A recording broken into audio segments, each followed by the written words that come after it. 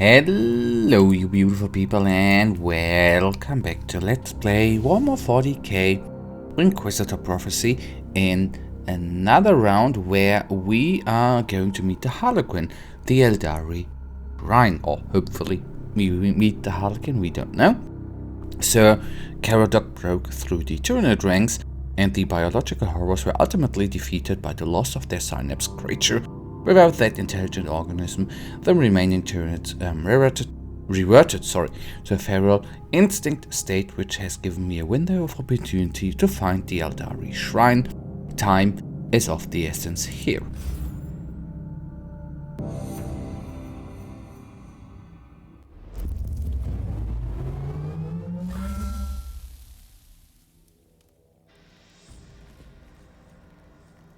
Inquisitor, may I remind you that you have only gained temporary respite by eliminating the Synapse creature.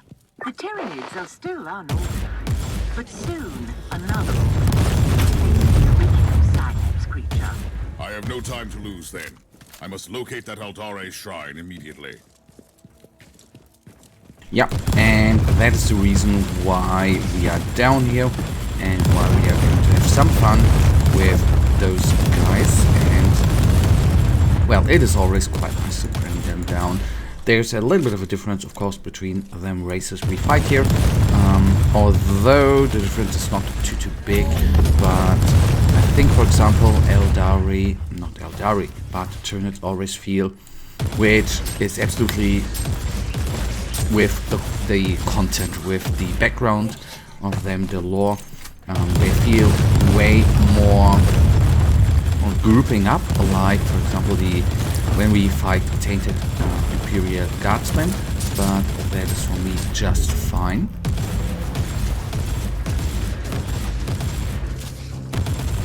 And there you can see why we have not only the assault jump available, but we have a personal teleporter too. Why that is absolutely amazing from time to time, where you can just jump out of the enemies, retreat a little bit, and then mow them down without getting too many hits. Especially if you, for example, have reloaded or something, you can't explain has happened and you need to wait for a cooldown, for example, then it's absolutely amazing.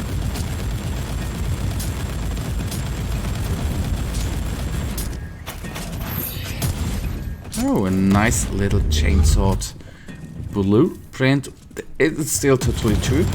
Once I find a nice close combat weapon, although this is the bummer there, we are not directly skilled for close combat, right? But I still tend to try it out in 1 or 2 episodes just to have some fun with a different kind of weapon.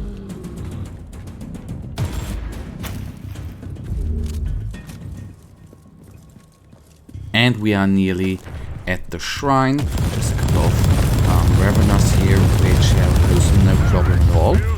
Although these guys are, since you don't see them before they unburrow, it is actually quite nasty that there are enemies which suddenly can surround you.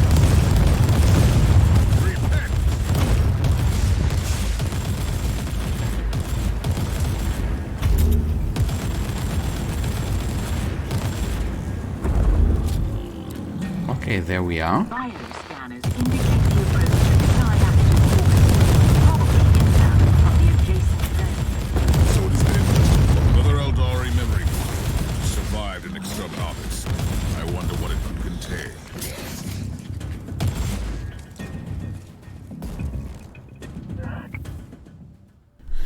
The spirit stones of the ancients may protect us against she who thirsts, but they are useless in this nightmare. My lover glimpsed into the flow of time, and there is only death. The Monkey, celebrating a hollow victory. Once the body arrives, their planets will burn and all will be devoured by the great Maw, the Tyranids. Serving the tendril granted us some time. If the cold general answers us, there may be hope. Conclusion Alpha. The decrypted mnemonic imprint lacks cohesion and logic, but correlates with the theory of arc, vivisector, Roderick, theta, X, the cited Magus, may he be blessed by the Omniscience Decimal Bliss, was the greatest expert in Tyranid organisms in the Caligari sector. He theorized that we were facing only probing incursions from these aberrations and the main forces of the High Fleet Garm had yet to arrive. This theorem would also explain the unusual lingering behavior of the surviving Tyranid organisms. Okay, now we only need to find the ancient shrine.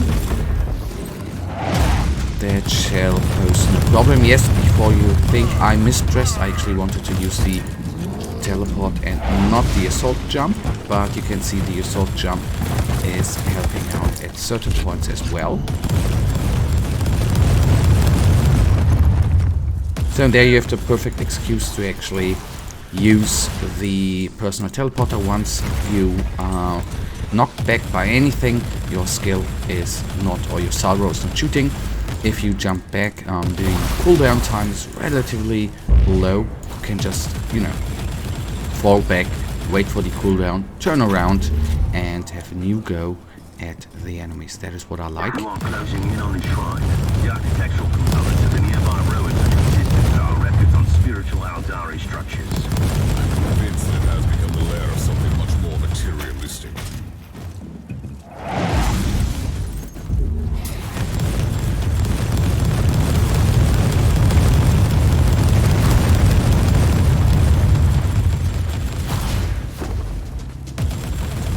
Okay, one down. Only the smaller, well, only, but some small guys remain. The reload, I shouldn't have used the skill. I should have reloaded first. But well, mistakes have been made. Fair enough.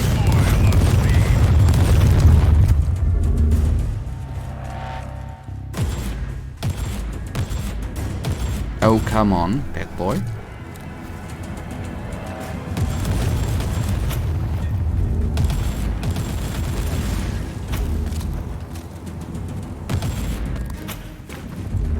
Oh, there are quite a lot of them, surprisingly.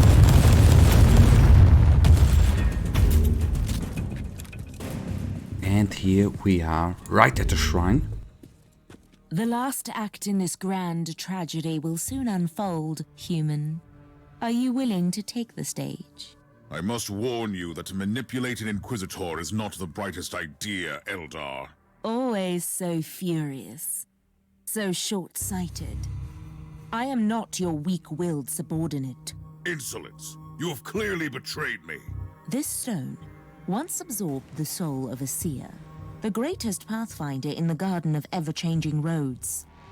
I need it. We need it to walk the seventh path. This is the first curio of fate I need.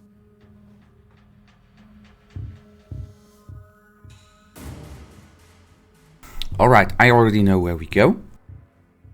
I have always believed that the ends justify the means, therefore I will not blame you for manipulating me, but I have no more time for games. I want the truth. You have willingly misled an Inquisitor and your sentence should be death, but I must unravel the mystery of the prophecy before judgment is served.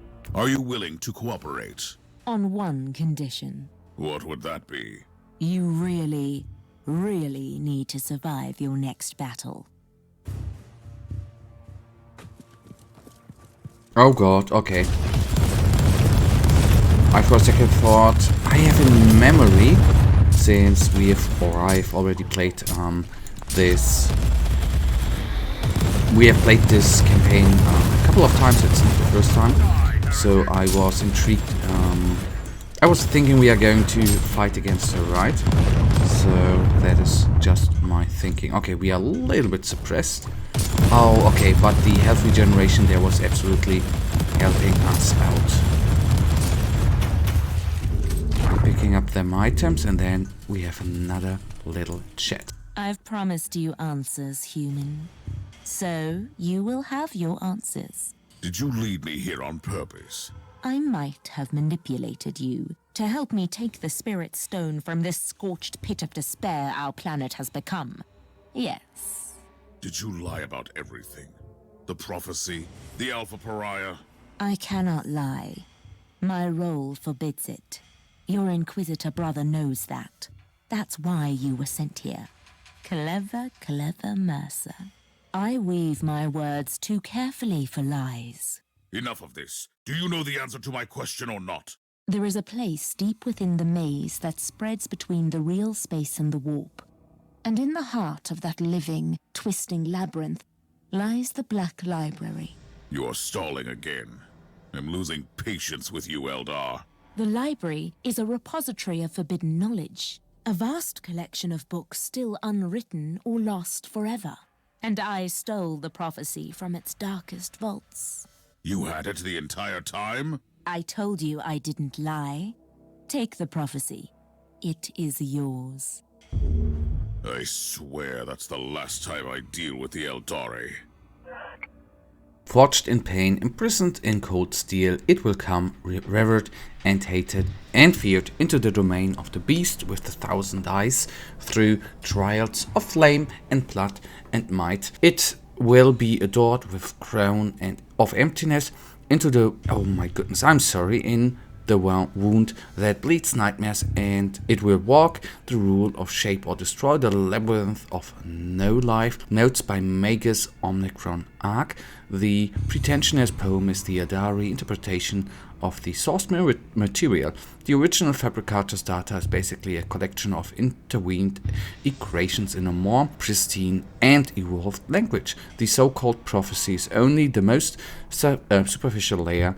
The true meaning is hidden in the blessed numbers. Analyzing the data may take decades, but according to my early evaluation, this text may be considered as a pattern containing genetic and Imperium formulae, these thesis alpha. The data contained in the Briscarum prophecy correlates with the experience of Thutha. Knowing the manipulative ways of the Aeldari, there is a possibility that the same information was shared with Thutha Tiberius millennia ago. These Xenos have an exceptional strong connection to the Empyrean, therefore the Alpha Pariah entity must be an Athena for them. Observation Alpha, the supplementary data embedded in the strings description, the crown of emptiness, makes it evidently clear that it is a unique and physical object. Observation Omega, as a creature of reason, I don't believe in oversimplifications such as history repeats itself, but there are certain parallels between Thutha's early days. Classified data, thorough reference would be unwise, and our expedition.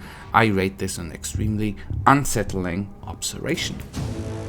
And that, you guys, brings us right now to the end of this episode, and you know it, I, as usual, really thank you for watching. If you guys actually do have enjoyed this episode, then please give me a little thumbs up and subscribe, and hopefully I see ya in the next episode.